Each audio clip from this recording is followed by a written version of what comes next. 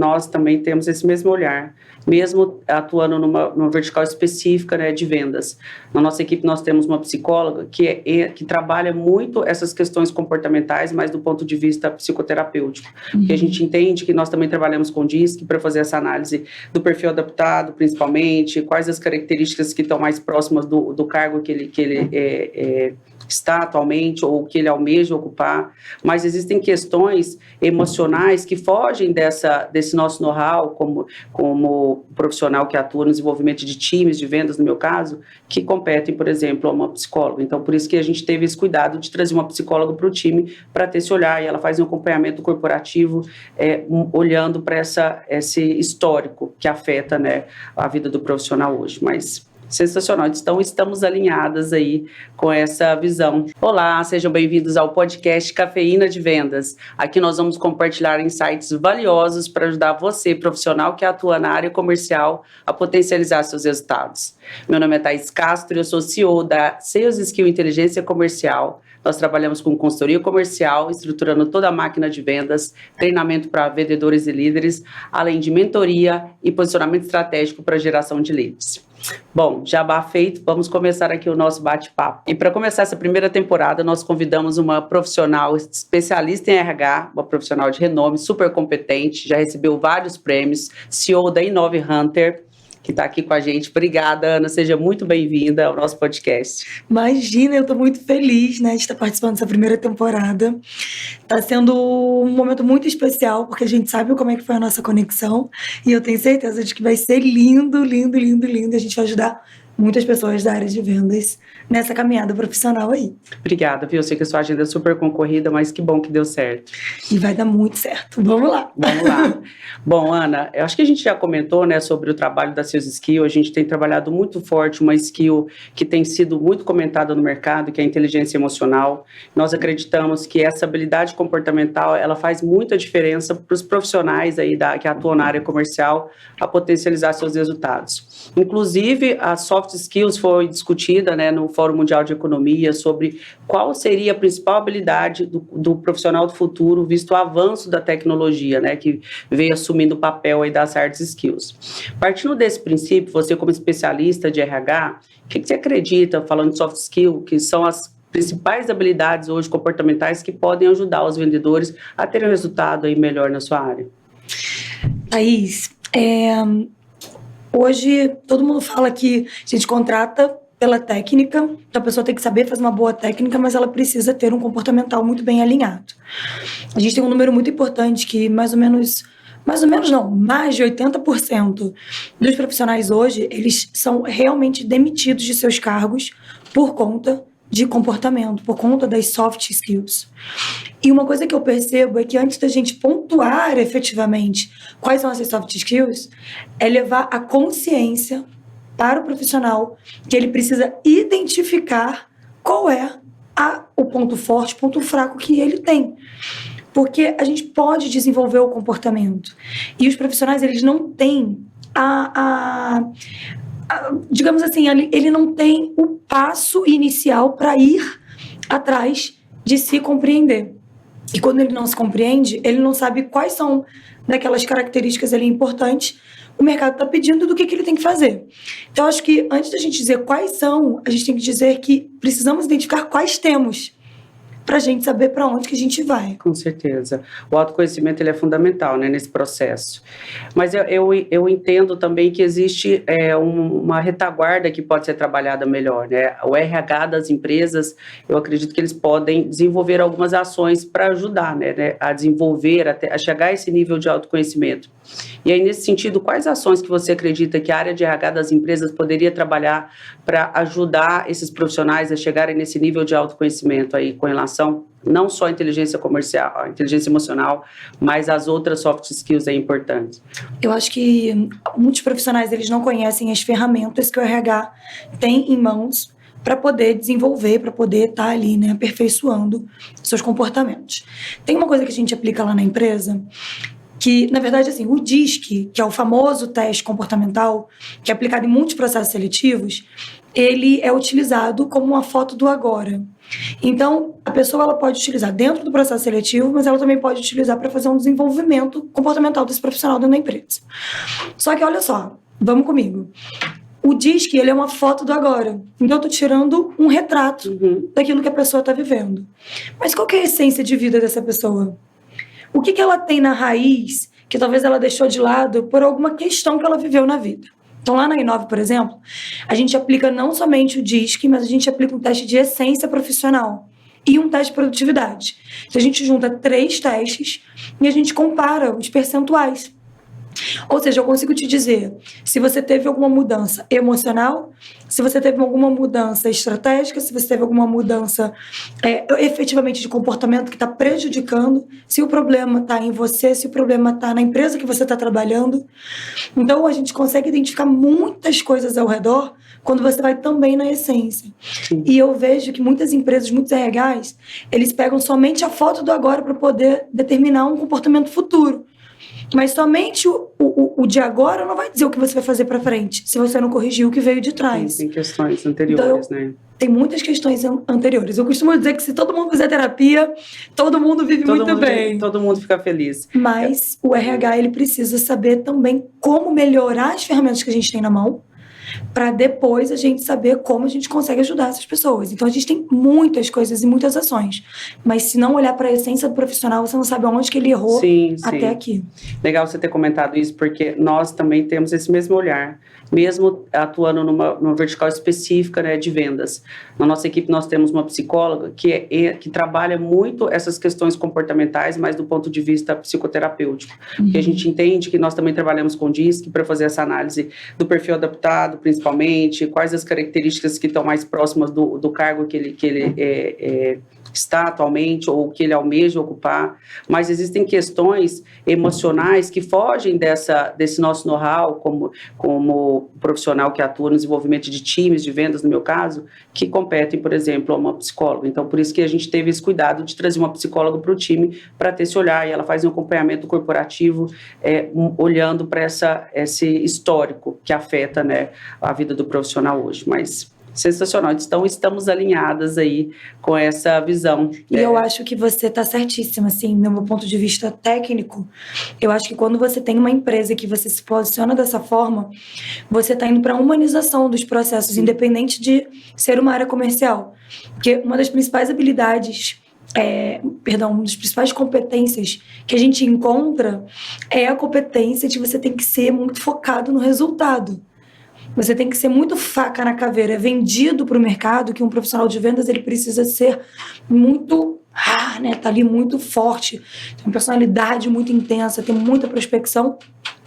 Sendo que você pode humanizar os processos quando você cuida desse colaborador. Ele pode continuar muito forte, muito focado no resultado, mas isso não quer dizer que ele não tem questões que ele tem que ser cuidado. Exatamente. E se você cuida, você está saindo na frente de muitas outras empresas. Se a gente foca só nessa questão da entrega em si, a gente adoece. Às vezes quando a gente entra na consultoria, a gente tem um olhar muito forte para o pilar pessoas, né?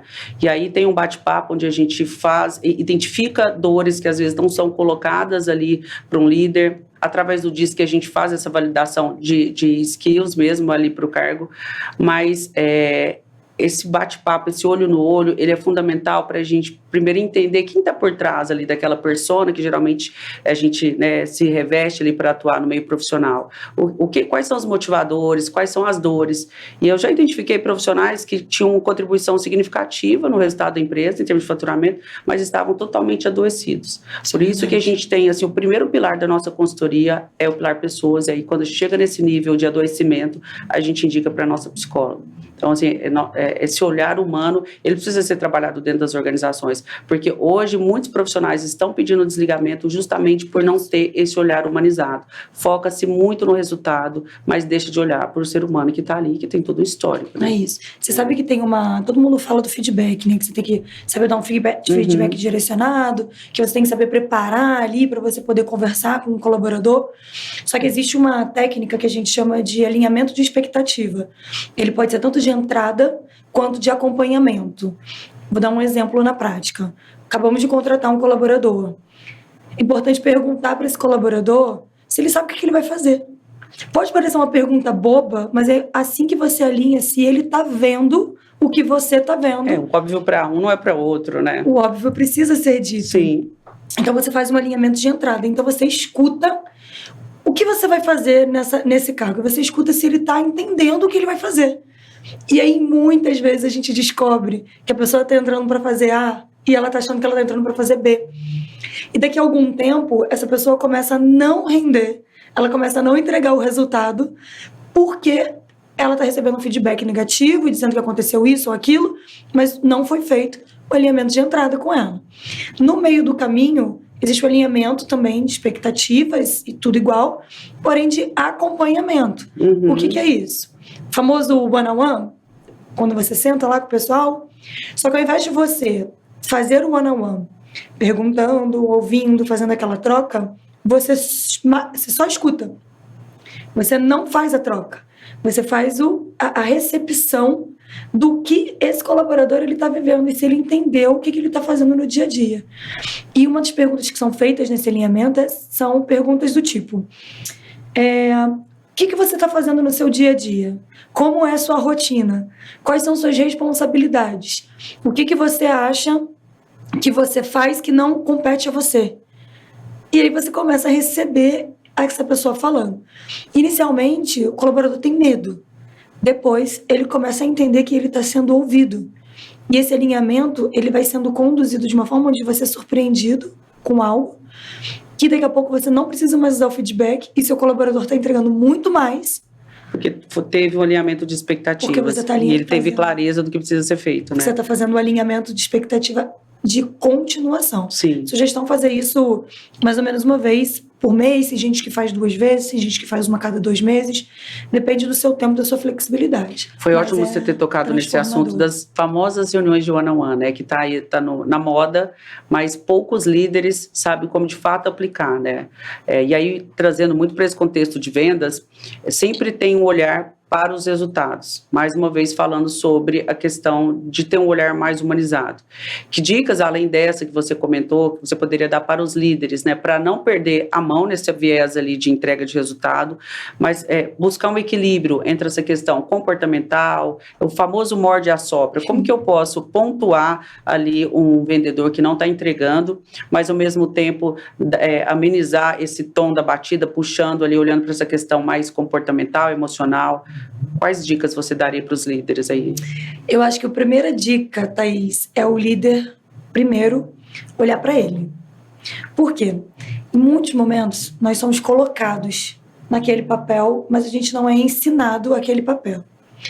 No próprio disco que a gente estava falando, você consegue ver se a pessoa ela tem a tendência para uma liderança de pessoas, uma liderança de processos. E as pessoas não cuidam para que isso seja visto. Então, às vezes, o líder ele é colocado lá naquela posição, mas ele não tem ainda o perfil de líder. Então, acho que o primeiro passo é ele olhar para ele, né? Segundo passo, eu gosto muito de falar sobre a liderança situacional. A liderança situacional, você estuda os níveis de maturidade do profissional. Então, quando um líder ele entende os níveis de maturidade do profissional, ele começa a olhar para o liderado dele de uma forma diferente, porque cada nível de maturidade você entrega uma coisa diferente. Então, se eu tenho uma pessoa que está num nível, geralmente é D1, D2, D3 e D4. Se você entrega para um profissional que é D3, ele é uma pessoa tecnicamente muito boa, mas emocionalmente ele está ferido. Então, ele está sem coragem. Então, como é que você vai pegar e vai colocar ele no meio de uma reunião de apresentação se ele tem medo de fazer aquilo? Então, você precisa encorajar e não sair jogando ele para os leões. Sim. Se você faz isso com o D4 está pronto. Ele já está emocionalmente, tecnicamente pronto. Então, se você coloca ele numa mesa de apresentação de resultados para falar com as pessoas, ele vai mandar bem. Por quê? Porque ele está pronto para aquilo. Então, os líderes eles não entendem os níveis de maturidade profissional dos colaboradores e acabam falando com cada colaborador da mesma forma. Então, ele não permite entregar o que a pessoa precisa e ele não permite que o colaborador se desenvolva do jeito que ele precisa. Eu acho fundamental as lideranças conhecerem também o método de análise de perfil comportamental. Sim. Porque cada liderado tem um perfil, foi o que a Ana colocou. Dentro de uma matriz de empoderamento, a gente tem que entender como que se encaixa a minha equipe, quais os profissionais que eu tenho que pegar na mão e fazer, quais que eu posso já delegar, o que eu posso colocar na mesa com os leões ali para tocar, por exemplo, uma negociação mais complexa, né? Mas isso é muito importante, né? O líder ter esse olhar tanto técnico, mas também mais humano, entender o nível de senioridade da equipe para ele direcionar melhor, né? Complementando o que você está falando, na liderança situacional que a gente está conversando, esse ponto, ele é complementar ao nível de maturidade. Então, você faz o diagnóstico do nível de maturidade e você faz o diagnóstico do comportamento. E nessa junção, você gera uma ação. Porque o líder, ele não tem que forçar para a galera trazer o resultado. Ele tem que dar a ferramenta para o liderado para ele trazer o resultado. Sim. Então, não é sobre ele. É sobre a ferramenta que ele está proporcionando para aquela pessoa. Como que ele direciona. E essa dobradinha aí, ela é a cerejinha do bolo para os resultados acontecerem. Sim. Tem uma dor que eu já identifiquei, né, quando eu atuava na gerência de algumas equipes, uma dor mais relacionada ao staff ali da empresa, ao programa de desenvolvimento tanto de lideranças quanto de vendedores. Existe um gap muito grande e nas empresas, principalmente empresas médias que não têm uma estrutura de RH, né, da parte de desenvolvimento ali de pessoas, com relação a, de fato, desenvolver os vendedores para que eles possam performar, mas, mais uma vez, voltando para dentro dessa linha que a gente tem conversado, a questão das hard skills e das soft skills. O que você acredita que poderia ser trabalhado como programa de desenvolvimento, aí vamos falar tanto dos vendedores quanto das lideranças, para que as empresas hoje possam ter um menor índice de turnover, porque a gente tem percebido que tem tido ali uma rotatividade muito grande, porque os profissionais não conseguem se encaixar dentro de uma questão cultural, não conseguem trazer resultado, porque está todo mundo dentro de um ciclo cultural que não é mais utilizado nos dias atuais. A gente teve grandes mudanças, principalmente depois da pandemia, e parece que as empresas não conseguiram virar essa chave ainda, né? Hoje, você tem percebido isso nas empresas que você atua, com a sua consultoria e com a sua mentoria, que existe esse gap, essa virada de chave, e quais assim, programas ou ações que esse RH das empresas poderia fazer para realmente virar a chave e a gente ajudar esses profissionais a se desenvolver, né, para entregar o melhor resultado. A pandemia ele foi um grande acelerador de futuro, né? Coisas que a gente ia viver em 2030, a gente está vivendo, né, já há 2 anos. É muito difícil quando você tem que lidar com você mesmo, né? Antigamente a gente acordava, tomava banho, se arrumava, você nem se olhava no espelho. Hoje, você passa a trabalhar dentro da sua própria casa, onde você tem que olhar para o espelho todos os dias. O home office, né, o remoto, faz isso. Então, essa situação fez, sim, com que as empresas precisassem se adaptar, se readaptar, né? Mas o fato de ter um RH muito mais operacional do que estratégico faz com que essas empresas não criem essas ferramentas, esses programas de desenvolvimento, não somente para a área de vendas, para todas as áreas. A gente vê empresas, né, que são muito agressivas na venda, em que falam muito, né, sobre ter uma questão de saúde mental, mas na prática não aplica. Fala de você ter uma questão de cuidado com o colaborador, mas na prática várias ações contrárias são feitas por várias pessoas dentro do cenário. Mas quando eu vejo muita dificuldade de adaptação, mas eu vejo também muitas empresas interessadas em querer fazer alguma coisa que talvez elas nem saibam o que é. Então, eu vejo um interesse genuíno, uma vontade de fazer algo, mas é como se fosse meio cego. É como se eles não enxergassem qual caminho fazer. E aí, como o RH não é colocado na cúpula da tomada de decisão, as pessoas não escutam o RH. Então, se as pessoas não escutam o RH, como é que você vai querer ter uma tomada de ação se você não é ouvido? Então, eu percebo muita vontade, mas eu percebo pouca finalização dessa vontade. Eu percebo uma desconexão entre os C-levels ali, a alta gestão, com uma camada mais ali tática e operacional. Então, o que você comentou, eu vivi, né, até nas minhas últimas experiências aí como CLT, a empresa, o RH levava a necessidade de investir em alguns programas para desenvolvimento de liderança, por exemplo, mas os C-levels, né, a alta gestão, não estava conectada com esse programa. Então, treinava-se os líderes ali de vendas, para seguir uma metodologia, né, um método específico, trabalhando um olhar diferente, mas quando esses líderes tinham que conectar com essa alta gestão, havia uma desconexão muito grande de visão de negócio, de mercado, de liderança. Né, e até nas conversas de bastidores surgia assim, mas e aí, está treinando ali os diretores, os CEOs? Então, a gente percebe que parece que as pessoas que estão assumindo essas posições hoje são pessoas de uma geração, né, anterior, de uma visão de negócios muito diferente com as gerações que têm assumido as lideranças, né, geração, acho que X, né, nem sei minha geração, e vou falar para não entregar a verdade. Mas existe essa desconexão. Você percebe isso dentro das empresas que você tem trabalhado? Eu percebo. Sabe uma coisa que acontece muito recorrente? Eu estava falando, agora eu estava lembrando de uma situação que aconteceu até recentemente. A empresa, ela vem conversar. Vamos fazer, vamos não sei o quê. A gente manda, beleza, vamos seguir esse roteiro. Aí quando chega na hora, não, a gente vai dar prioridade então para seguir isso daqui. Ou então, reduz pela metade o planejamento para fazer um treinamento mais enxuto. E o colaborador, ele já está assim, ai meu Deus, mais um treinamento, mais uma reunião, mais alguma coisa, é meio que repetitivo. Então, eu acho que existe uma descrença, às vezes, do próprio profissional ali dentro da empresa, porque também existe um pouco investimento nessa parte. Mas, quando isso é contornado, né? Quando isso... efetivamente, as pessoas começam a entender que pode ter atividade com exercícios práticos, que você não precisa fazer aquele negócio de só a pessoa ficar falando, onde ela sai realmente modificada, aí ela começa a dar mais credibilidade. E na maioria das vezes, pessoas se conectam com pessoas. As pessoas não estão se conectando com o treinamento tal. Estão se conectando, às vezes, com o treinamento que você deu, se conectando com a Thaís, que deu o treinamento.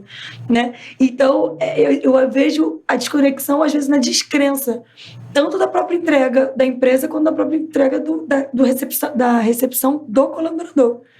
Né? Então é meio confuso. Sim, mas por experiência própria, quando eu estava do outro lado, enquanto funcionária dessas grandes empresas e tinha ali um alinhamento sobre uma contratação de um novo treinamento, realmente tinha esse, nossa, mais um. E aí, por que eu criei a Sales Skills? Eu estou sempre fazendo aqui um pitch comercial. Tem que fazer. Porque eu percebia essa necessidade de proporcionar para as empresas uma experiência sob medida. Então, quando você vai atender um cliente para apresentar ali uma proposta, primeiro a gente precisa ouvir, né? Conectar genuinamente com a dor. Por isso que, inclusive, a gente desenvolveu um funil emocional que conecta com o perfil do cliente para entender ali a real necessidade e assim eu segui apresentando a minha solução. E o grande diferencial que a gente tem hoje é proporcionar uma experiência sob medida. Qual que é a sua dor? A sua dor é na prospecção, a sua dor é na negociação, a sua dor é fechamento, em vender melhor benefício dos seus produtos, mas não só isso, nessa conexão de entender a dor e depois eu pegar um treinamento que eu ministrei na empresa anterior e só mudar logo. Não. A nossa comunicação durante o treinamento, qual que é o perfil dessa equipe, como você comentou, não é um negócio só conceitual que você vai ali, né, PPT, não, cara, vamos fazer aqui atividades práticas para ver se conecta, conceito, né, metodologia com prática, vamos exercitar. Inclusive, amanhã nós temos um treinamento que a gente vai conduzir dessa forma, porque quando eu estava sentada na cadeira como vendedora, uma vez vendedora, sempre vendedora, eu sentia muito essa falta de conexão com a real necessidade. Então, vai criando uma cultura na cabeça dos vendedores que treinamento é para cumprir protocolo. E, na verdade, não é isso. A gente quer realmente, pelo menos as empresas sérias, como a minha, a gente vai para o mercado para entregar algo que vai fazer a diferença na sua vida como vendedor ou no do líder que a gente vai mentorar, que a gente vai treinar. Outro ponto importante é isso. Se a gente treina equipe de vendas, mas não treina o líder de vendas, vai gerar uma desconexão. Não vai ter o ROI do investimento. Então, eu percebo realmente que, sim, essa experiência sob medida, se as empresas também que atuam nesse segmento não tivessem olhar de personalizar, não vai entregar e a gente vai ficar patinando aí com os profissionais, né, adoecendo, enfim.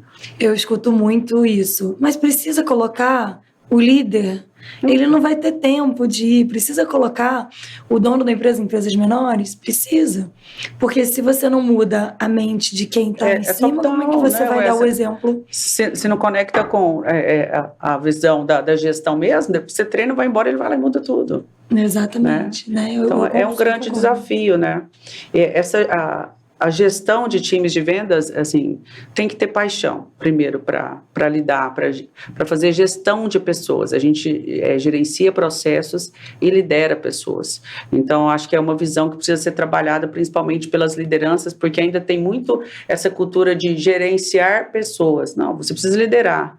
E liderar realmente é conectar com as reais necessidades, é investir em treinamento, mas desde que todos estejam alinhados com o mesmo propósito, senão vai gerar essa desconexão e o resultado não vai ser atingido, né? Mas legal. Ana, vamos trazer um pouco para dentro do nosso tema aqui de cafeína de vendas, o RH aí como estimulante, né, para vendas. Quais as estratégias que você já viu sendo implementadas aí que num ambiente comercial, falando assim, que deram muito certo e que seria bacana você compartilhar aqui com o pessoal que está ouvindo a gente? Eu acho que que eu sou super fã, treinamento de comunicação. Conversa. Tem uma dinâmica muito legal, essa é uma dica que eu posso dar para vocês, que é uma dinâmica super bacana, que é assim, você pega o seu time, principalmente se existirem pares, né? Você coloca as pessoas sentadas numa direção e os seus pares, ou se não tiver par, enfim, coloca outra pessoa de costas. Então ficam duas fileiras, um virado para cá, outro virado para lá. Quem está do lado daí vai estar com um papel e uma caneta na mão. E quem está do lado de cá vai estar com uma imagem. Que o do lado de lá, você não está vendo o que é. E aí, você vai ter que desenhar o desenho que eu estou vendo, só que eu vou usar apenas figuras geométricas. Então eu falo, você usa uma reta para cá, você puxa uma diagonal para lá, uma bolinha para cá, e você vai falando e tem um tempo. Nesse tempo rolando, você vai falando e você vai desenhando. Geralmente eu uso, por exemplo, o Bob Esponja, que é uma modelagem mais fácil. Mas você pode pegar, por exemplo, já usei uma moto, já usei várias coisas engraçadas. Para evidenciar a complexidade da comunicação, né? Isso. E aí, essa do Bob Esponja é maravilhoso, porque você faz uma reta em cima, uma reta embaixo, puxa 2 trocinhos para cá e fica divertido. E quando dá o tempo, você tem que colocar um tempo curto para ver a reação sob pressão. Quando acaba o tempo, Thaís, e você pede para olhar o que a pessoa desenhou. Que saiu, nada a ver. Tem alguns que acertam, e isso é ótimo, porque você faz uma boa conexão com a comunicação, portanto, se for uma dupla. Mas é muito engraçado. E todo mundo tá indo. E depois a gente troca. Então, depois, você tá vendo uma outra imagem e eu vou desenhar. E assim, a gente chega lá no final e a gente vê o resultado. E aí tem uma votação, sabe? Votação do seu lado aí, votação do meu, da fileira, né? E aí todo mundo vai. E você vê que tem gente que não torce pelo outro, tem gente que não bate palma. Você começa a fazer uma dinâmica muito engraçada. E aí, no final das contas, tem os campeões. E tem a dupla campeã, que foi aquela que, de repente, acertou de um lado e do outro. E aí, no final, o objetivo é... Beleza, fizemos essa dinâmica, foi engraçado? É muito engraçado, é divertido. Mas no final, a grande pergunta é: e agora? O que a gente pode fazer para a gente poder melhorar a nossa comunicação no nosso dia a dia? E em dupla, a gente estabelece 3 ações que a gente pode, a partir de hoje, mudar para a gente poder potencializar nossa comunicação e, como consequência, potencializar nossa venda. E é fantástico. 1 mês, 2 meses depois, se você voltar nesse time, você vê que os resultados eles foram verdadeiramente aplicados. E olha que legal, uma atividade lúdica, sem tanta complexidade, quase nenhuma. Quase que nenhuma. Mas que conecta, porque assim, a simplicidade, nem todas as técnicas que existem hoje no mercado para a gente aplicar desenvolver alguma habilidade ou alguma competência, precisa ser complexa. Porque quanto mais complexo, parece que mais difícil das pessoas conectarem com aquela técnica e de fato aplicarem. Então, menos é mais e na maioria das vezes dá certo, né? Então, achei legal, e porque de fato a comunicação ela é uma grande dor de todas as organizações. E aí eu bato muito na tecla da questão dos perfis, né? Eu sou muito fã do DISC, que é um método que eu uso há muitos anos e que para mim faz muito sentido. Por exemplo, se comunicar com o dominante, né? O influente comunicando com o dominante. E a gente leva isso para esse viés mais comercial. Como que eu vou vender para um dominante, eu que sou influente, né? Como que eu vou me comunicar com ele? É diferente, né? O dominante não gosta de ficar ouvindo histórias, ele é muito mais objetivo, pragmático. Mas um cliente já mais influente é o cara que gosta de ser ouvido, de contar histórias, mas ele até se perde dependendo do nível de influência, né? E aí, se você tá ali para fechar um negócio, você precisa ouvir, dar aquela atenção, mas direcionando, né, cara? E aí, vamos lá, por cara? Aqui, ó, vamos acertando pra cá. Então, nossa, que legal, cara, mas então, vamos lá. Aquela coisa, vamos fechar? Mas eu acho importante, e a gente trabalha muito forte essa questão de conhecer o seu perfil, que você falou no início, a autoconsciência ali das suas emoções, o autoconhecimento ele é fundamental, e a gente treina isso no nosso treinamento, se autorregular também. Então, conheço as minhas emoções para eu me autorregular, e depois, conhecendo o meu perfil, eu consigo conectar com o perfil do meu cliente, identificar primeiro qual que é o perfil dele e me moldar. Porque se a gente não gera essa conexão ali, as chances de evoluir para um fechamento, né, conduzir uma negociação de sucesso, ela é muito mais complicada. E a comunicação, nesse sentido, quando você conecta ali com, de fato, o perfil, molda, ajusta o seu perfil, não é mudar a sua essência. Eu vou deixar de ser quem eu sou, não. Você precisa ir moldando o seu perfil para o perfil do seu cliente, né? Cada cliente vai ter um perfil diferente. E a gente ensina os vendedores a identificarem o perfil dos clientes a partir de um bate-papo, como a gente está fazendo. Cara, e aí, tudo bem? Não, me conta um pouquinho sobre o seu negócio. Mas existe uma ânsia muito grande dos vendedores em cumprir o protocolo. Vamos trabalhar o funil de vendas. Então deixa eu te apresentar a minha empresa, Ana. Ao invés de sentar aqui, cara, vamos bater um papo legal. E aí, me conta um pouquinho. Vamos tomar um café, cafeína de venda.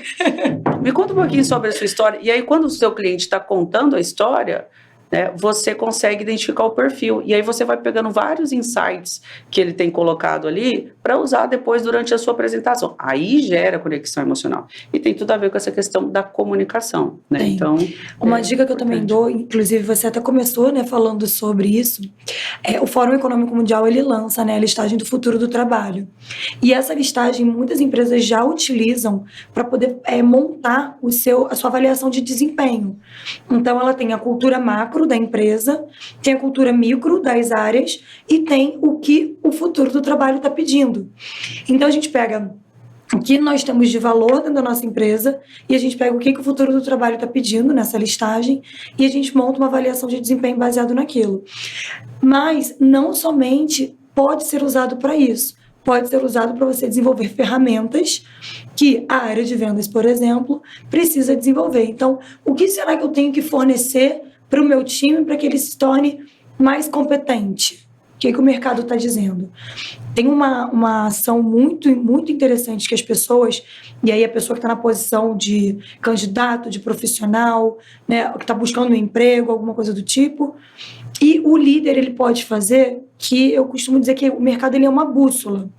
Então, se você pesquisar 5 a 10 vagas de executivos de vendas dentro daquele seu segmento, você vai entender se você está longe ou perto se a sua empresa, né, ou se você como profissional está longe ou perto do que tem de mais novo, do que tem de mais inovador no mercado. Então, às vezes, você vê que tem muitas posições que estão pedindo Power BI, um exemplo, mas você, na posição de colaborador ou de buscando emprego, você nem sabe que o Power BI está sendo pedido. E você, como empresa, não dá um treinamento de Power BI, você dá um treinamento de negociação. Então, você vai investir aonde? Você vai investir no que o mercado está exigindo. Então, o mercado ele é a bússola. Quando você faz esses estudos assim de uma forma, a gente faz para a empresa, a gente chama mapeamento de mercado. Para candidato, a gente fala que é uma bússola de mercado para construção de currículo, de atividades executadas até no próprio LinkedIn, né? Então, as pessoas, elas não vão por essa linha de raciocínio. Elas determinam o que acha que é o correto. Mas o que é o correto? O Fórum Econômico já traz. Eu tenho esses comportamentos aqui que eu quero e eu vou exigir do futuro. O mercado está dizendo, eu estou exigindo isso aqui na hora de uma contratação. O que eu, como empresa, vou fazer? Eu vou oferecer essa união de informações que eu coletei. E eu, como profissional, o que eu vou fazer? Eu vou dar um passo à frente, eu vou me preparar baseado nesse somatório de ações. Não, isso é muito importante que você colocou. Nesse momento, inclusive, nós estamos aí iniciando o ano, 1º de fevereiro. A Ana é uma profissional que já recebeu vários prêmios, inclusive do LinkedIn ali, né? E eu quero aproveitar, não poderia deixar aqui de perguntar um insight muito valioso para vocês, inclusive que estão aí no mercado, né, buscando uma oportunidade. Ana, eu sei que você tem uma consultoria muito estratégica voltada para posicionamento ali dentro do LinkedIn, mas compartilhe algumas dicas, só um spoiler aí, algumas dicas para essas pessoas que estão buscando recolocação. Ou como que elas poderiam se posicionar, falando especificamente para profissionais de vendas no LinkedIn, algumas dicas estratégicas para eles aumentarem ali a visibilidade do seu perfil, né, e terem chances aí de serem mais convidadas aí para as entrevistas. Eu vou fazer melhor. Eu vou dar um presente para todo mundo que está te assistindo. No ano passado, eu lancei um curso no LinkedIn, que é um curso voltado para empresas, né? Assim, para as empresas se posicionarem melhor dentro da plataforma. É um curso gratuito lá, está disponível. Você pode ir lá e você pode baixar e assistir. Está no meu perfil, mas eu vou dar o link para você. Tá. E você vai disponibilizar para todas as pessoas que te assistem, para todas as pessoas que te seguem, que te amam, que te admiram. Por quê? Porque lá dentro eu ensino algumas coisas que são muito importantes para quem é da área de vendas. Legal. Porque não é somente para a empresa, né? Assim, eu estou ensinando a empresa a se posicionar, mas o profissional também precisa saber se posicionar. Sim, sim. E eu vou dar essas dicas também que você me pediu. Mas lá dentro, nesse curso, você consegue entender quais são as ações e os movimentos que você precisa fazer para você poder potencializar a sua marca dentro da plataforma. Então, eu vou disponibilizar esse link para você disponibilizar para as pessoas. Gente, olha que presentão, hein? A gente vai disponibilizar o link aqui Esse podcast vai estar no nosso canal do YouTube, mas a gente vai colocar alguns recortes aqui no nosso perfil no Instagram, aqui no LinkedIn também. Então, se você está fora do mercado e precisa se recolocar, não deixe de assistir esse treinamento, né? Uma videoaula. Não, é um curso completo. É um curso completo de LinkedIn. Gente, olha isso. Assim, free? Exatamente. Presentaço, para começar o ano já no gás, assim, com um posicionamento muito diferente, para vocês terem chances aí de se recolocarem. Mas eu vou te dar as dicas que você me pediu. Vamos lá. Primeira coisa que eu quero dizer é o seguinte, Thaís. O LinkedIn, ele não é uma plataforma igual ao Instagram, igual ao Facebook. É totalmente diferente. Lá é uma plataforma de business, de negócios. Então, a primeira coisa que você tem que saber é como você vai se posicionar lá dentro. O posicionamento, ele é a sua marca pessoal. Eu costumo indicar muito um livro do Arthur Bender, que se chama Personal Branding. Um livro com uma capinha preta com guarda-chuvinha assim amarelo. É um livro incrível. E ele tem uma história dentro do livro que ele fala assim: digamos que nós duas estamos jantando num restaurante. E aí, Marcelo, que trabalha comigo, né? Meu time chega. E aí o Marcelo chega e eu falo: Thaís, esse aqui é o Marcelo. O Marcelo é uma pessoa incrível, ele é muito dedicado. E eu vou falando, apresentando o Marcelo pra você, tá?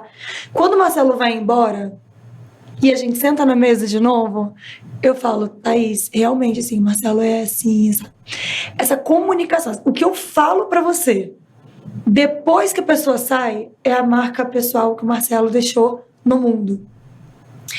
Então, quando a gente está falando da nossa carreira, da nossa vida profissional, a gente tem que entender qual é a marca que a gente tem que deixar pro mundo. Recentemente, aprendi com meu querido Luiz Fernando, um amigo super querido, que ele fala: missão... Até falamos sobre isso numa conversa. Missão é o que você veio fazer. Propósito é o que você faz, que você muda a vida do outro.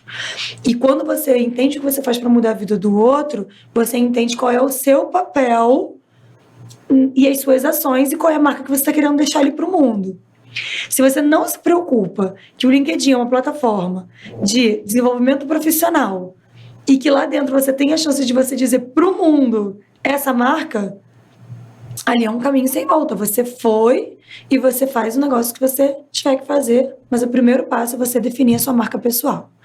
Segunda coisa é entender que existe um algoritmo por trás dessa plataforma.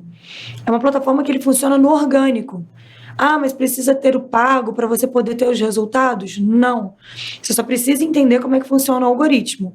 E existe uma pontuação que é dada para cada perfil. Então, eu tenho a minha pontuação, você tem a sua, todas as pessoas que estão assistindo têm a sua pontuação. Só que as pessoas não sabem disso. Então, ela está fazendo nada, ou fazendo errado, ou fazendo pouco, e é mais fácil dizer: o LinkedIn não funciona. eu não consigo um emprego, Mas eu não consigo um tá negócio. aplicando técnicas certas para poder aumentar a visibilidade dela, essa pontuação, né? Ela não está conseguindo entender o que ela tem que fazer. Por quê? Porque ela não tem o conhecimento que existe um algoritmo e uma nota por trás desse algoritmo. Então, quando você entende que você precisa fazer diariamente exercícios de aumento de visibilidade, quais são esses exercícios? Todos os dias fazer de 5 a 10 comentários, utilizando palavras que têm a ver com a sua profissão. Então, se eu trabalho com recrutamento, eu não vou comentar no seu post, ai, que legal, Também, gente, né? Um parabéns. comentário aleatório num post que não tem nada a ver, aí coloca lá um comentário também que está totalmente fora do contexto, né? Aí vai gerar uma visibilidade, mas mais no sentido de exposição desnecessária, né? Na verdade, nem gera tanta visibilidade, porque o que gera visibilidade é a quantidade de pessoas que leram o seu comentário, se identificaram e clicaram para ir até você. Mas dependendo, se for uma publicação que tem um volume alto ali de curtidas e comentários, se você faz um comentário fora do contexto, Sim. você vai estar em evidência, ele sobe, né? E aí é onde vem a marca pessoal, né? Você tem que tomar cuidado com aquilo que você vai comunicar. Eu já vi muita coisa no LinkedIn assim. Eu também. E esse exercício que eu estou ensinando de aumento de visibilidade são 5 a 10 comentários todos os dias, com palavras que fazem parte da sua profissão. Isso faz com que a pessoa clique em você e você começa a movimentar o algoritmo. Então é um ciclo assim. Você entra na plataforma, você adiciona as pessoas da sua área que estão em cargos iguais ou acima, né? Ou colegas de profissão. E em seguida você começa a fazer exercícios de aumento de visibilidade.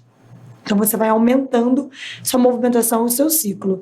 Em seguida, você vai começando a ter mais gente te acessando, sua marca indo mais além e você avançando. Você vai indo nesse movimento.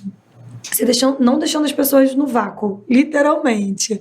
Você adicionando as pessoas certas. Tendo um perfil completinho. E completinho que eu digo é descrito com as atividades executadas. Esse exercício que eu ensinei da bússola, por exemplo, as pessoas podem usar a bússola de mercado para poder saber quais são as atividades que ela vai escrever no perfil dela. Eu percebo assim que tem muitas pessoas que não sabem o que colocar na bio, as competências, né? Porque tem geralmente alguns cargos, o recrutador ele coloca as competências e o LinkedIn parece que cruza, né? E aí ele valida quais competências que você tem, se estão condizentes com o que eles estão pedindo no cargo, né? Isso, é porque assim, existem 3 lugares que as pessoas podem buscar vaga dentro do LinkedIn. O campo de grupos, onde você entra em grupos da sua carreira. Você pode buscar vagas no feed de notícias, que é gratuito, então eu vou lá, publico uma vaga no meu feed. Lá no campo pesquisar, você coloca analista de recrutamento, executivo de vendas. Pelo cargo. Vaga, esse cargo, entre aspas, né? Vaga e a cidade. São Paulo. Vão aparecer várias publicações de várias vagas que foram divulgadas, mas que não estiveram naquele campinho vagas. Em terceiro lugar, é o próprio campo, a maletinha, que fica lá na parte de cima. Só que essa maletinha, quem divulga lá, é quem pagou para divulgar ali. As empresas, elas até têm possibilidade de divulgar uma ali, 2 gratuitamente. Mas, geralmente uma gratuitamente. Mas quem está divulgando ali dentro está pagando por aquela ferramenta. E quando ela paga, ela automaticamente seleciona 10 competências, que são as competências que vão ser os filtros que vão conectar com o candidato. Para depois o RH selecionar ali quem tem as competências conectadas com o perfil da vaga. Ele selecionar. E isso facilita o RH na hora de fazer a listagem. Então, o que acontece? O candidato, ele entra no campo, na maletinha, digita um executivo de vendas, entra na vaga e fala, opa, tudo a ver comigo. Aí vai lá para se inscrever. Só que ele não viu que na parte de baixo o recrutador disponibilizou as competências que são os filtros dele. Ou seja, ele está mandando a candidatura tendo informação que pode fazer a conexão. Pode privilegiar ele ali no processo. Que pode ajudá-lo. E aí ele simplesmente manda. Então, entender sobre o algoritmo, entender sobre as estratégias, vai fazer com que as pessoas parem de dizer o LinkedIn não funciona. Para dizer, toda hora eu tô sendo abordado por alguém. É muito específico, né? Assim, eu já participei de um treinamento de LinkedIn lá atrás. Não entramos nesse nível estratégico que a Ana está colocando. Mas eu acho extremamente importante, porque tem muitas oportunidades no mercado. A gente vê um número muito grande de vagas para a área comercial, porque a gente sabe que é mola propulsora dos negócios, mas muitas pessoas reclamando, não consigo, LinkedIn ali é mais para você estar postando, tá em evidência, mas não gera negócios, né? Não tem oportunidade. Eu já vejo com outros olhos, porque eu consigo gerar bons negócios, uma prospecção também ativa ali, dependendo do nível de conexão que você tem e da forma com que você aborda, também pode trazer bons resultados. Mas muito bom, Ana, gostei bastante, eu espero que vocês tenham gostado das dicas, apliquem também. Acho que chegamos ao fim, mas que pena! Obrigada, viu, por você ter compartilhado aí toda a sua visão, com o seu profissionalismo, né, a sua competência, esse olhar RH voltado aí para vendas, né, e como que a gente pode estimular mais ainda os profissionais com todo esse conhecimento seu. Muito obrigada, viu? Eu que te agradeço. Tô muito feliz de estar aqui nesse seu primeiro episódio, gravando. Podia ser outra pessoa. De verdade, eu tenho muita admiração por você. Eu acho que você é uma mulher muito poderosa, uma mulher muito forte. E esse recado final é para você e para todo mundo que está assistindo, mas do meu coração para o seu. Vão existir muitas pessoas que vão querer fazer você não acreditar que vai dar certo. Mas a força, ela tá aí dentro e você sabe disso. E vai dar certo tudo que você quiser. Obrigada. E você também. Minha mentora, gente. Muito bom. E para os nossos espectadores, continuem acompanhando nosso podcast. Em breve nós teremos mais estimulantes de vendas aqui para vocês. Até a próxima.